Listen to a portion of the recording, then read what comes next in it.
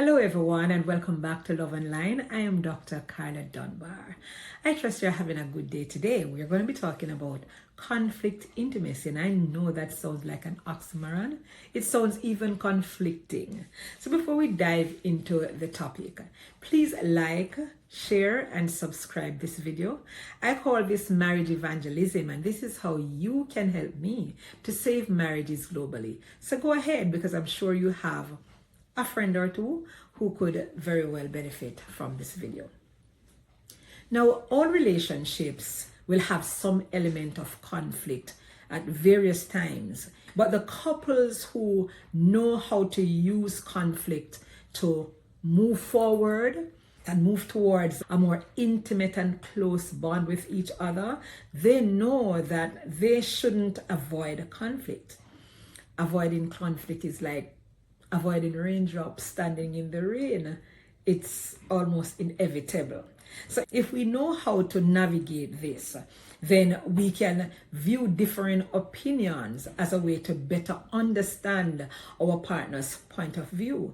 And when you better understand your partner's point of view, then you naturally increase the level of closeness and intimacy in your marriage or your relationship. So what is conflict intimacy? In the current world, there seems to be a growing trend of people seeking out and engaging in more conflict. As alarming as it sounds, it is true.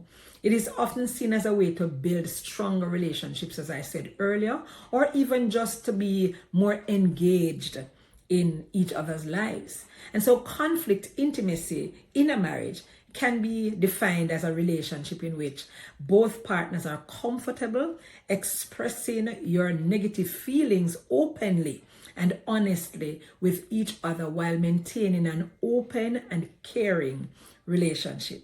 So it doesn't take away from the nearness, the closeness, the connectivity, and the intimacy. It is the ability to openly share the negative feelings that you have, to listen in a non-defensive, non-judgmental way, and to validate your partner's perspective and then work through the differences with vulnerability and respect. And this will help to build trust, strengthen bonds, and prevent stagnation in your marriage. It's about leaning into the different conversation, the very difficult conversations you have, just leaning into the conversation so that you can grasp a better understanding of each other. And so you're moving from hard emotions like anger to softer emotions like hurt or fear, or just learning to repair after you have had a rupture in the relationship. There are key aspects to conflict intimacy that we must learn. Vulnerability being one of them, the very first.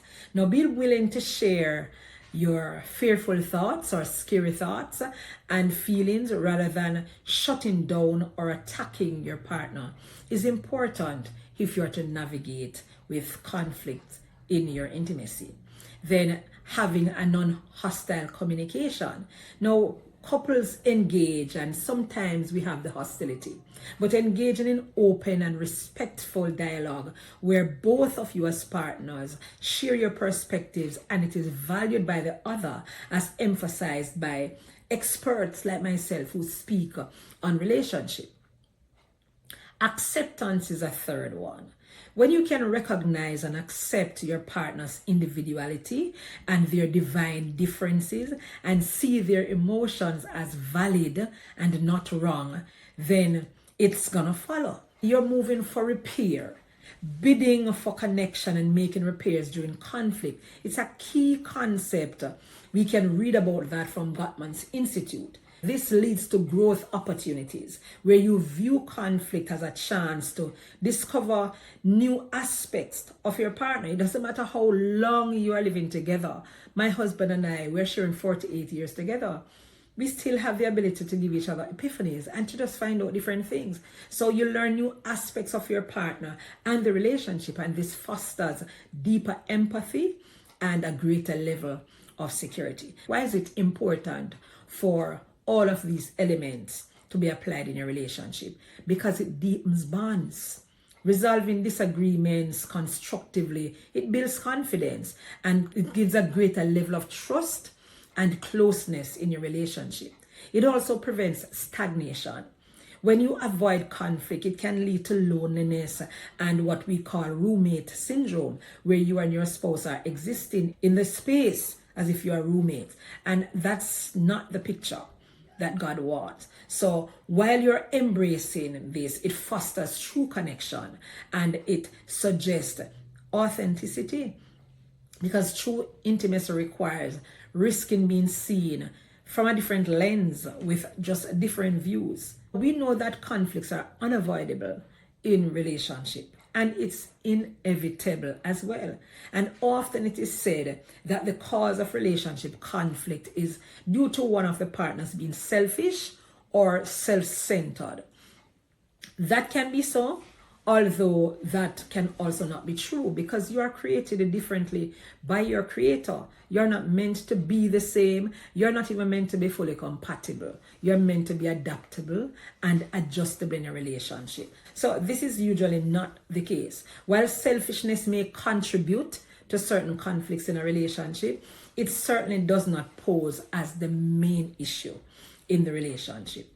I've read a book called The Marriage Turnaround by Mitch Temple, and he says that conflict is not what kills marriages. Rather, it's conflict gone wild that kills marriages. And I tend to agree with Mitch here. The same is true for all relationships, not just the romantic kind, because conflict doesn't always mean you're dating or you're married or you're courting the wrong person, or even that it will ruin your relationship. In fact, it can be the reason that you develop greater emotional intimacy in your marriage and relationship. So if you're both willing to work through your problems and seek to understand each other, you should have a pretty good relationship with enough harmony to keep you.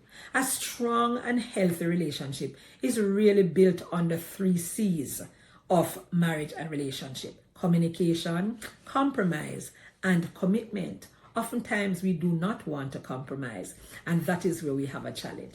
I am very grateful that I have learned this powerful truth in my own marriage, because it has been very liberating for both of us. Gone are the days when I would obsess and worry about making Elder, my husband, angry. And I see conflict as an opportunity for us. He says it this way: teeth and tongue will meet, but we make it up under the sheet.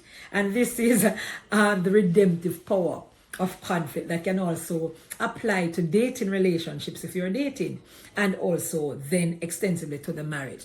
When handled appropriately, conflict can be the reason for greater intimacy.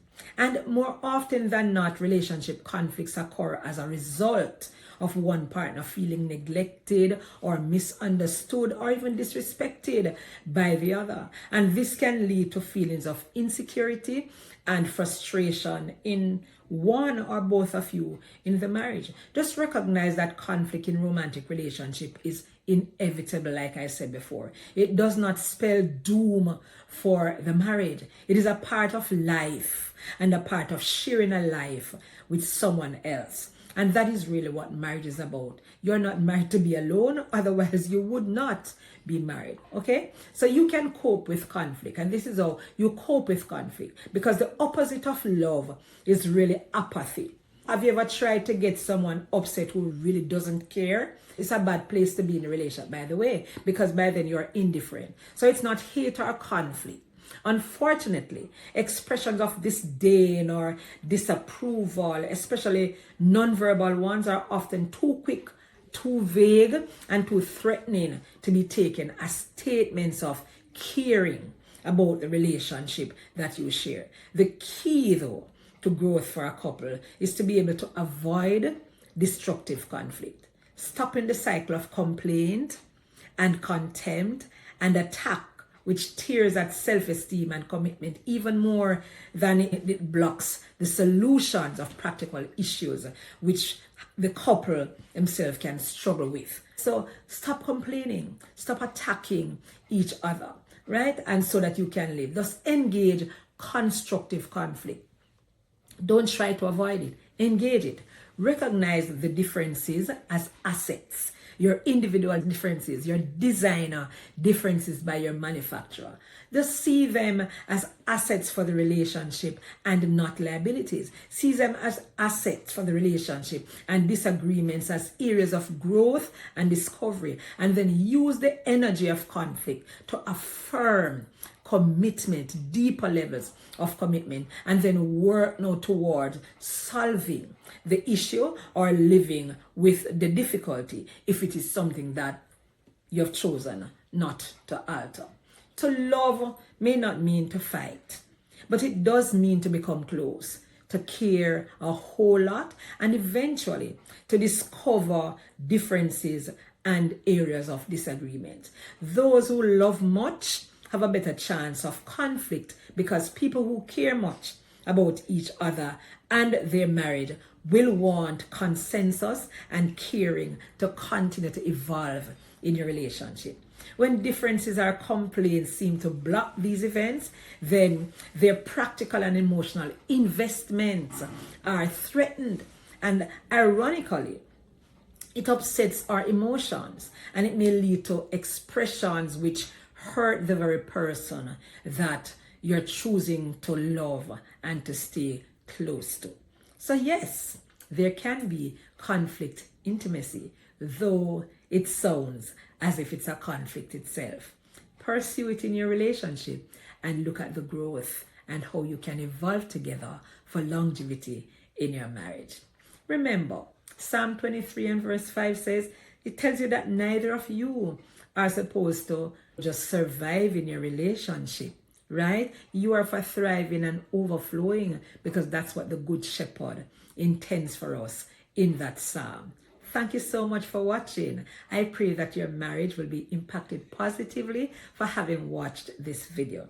For more of this, please register at the Grow Your Marriage Academy for courses for wives, courses for husbands, courses for singles, and for those of you who are a little bit more mature in marriage, there's a course for you too, a marriage coaching certificate course, which can help you to pour yourself into other persons. And together as a couple, you can register for the sexual proficiency or the marriage maintenance course. Until next time, I'm Dr. Carla Dunbar saying, see you then on Love Online.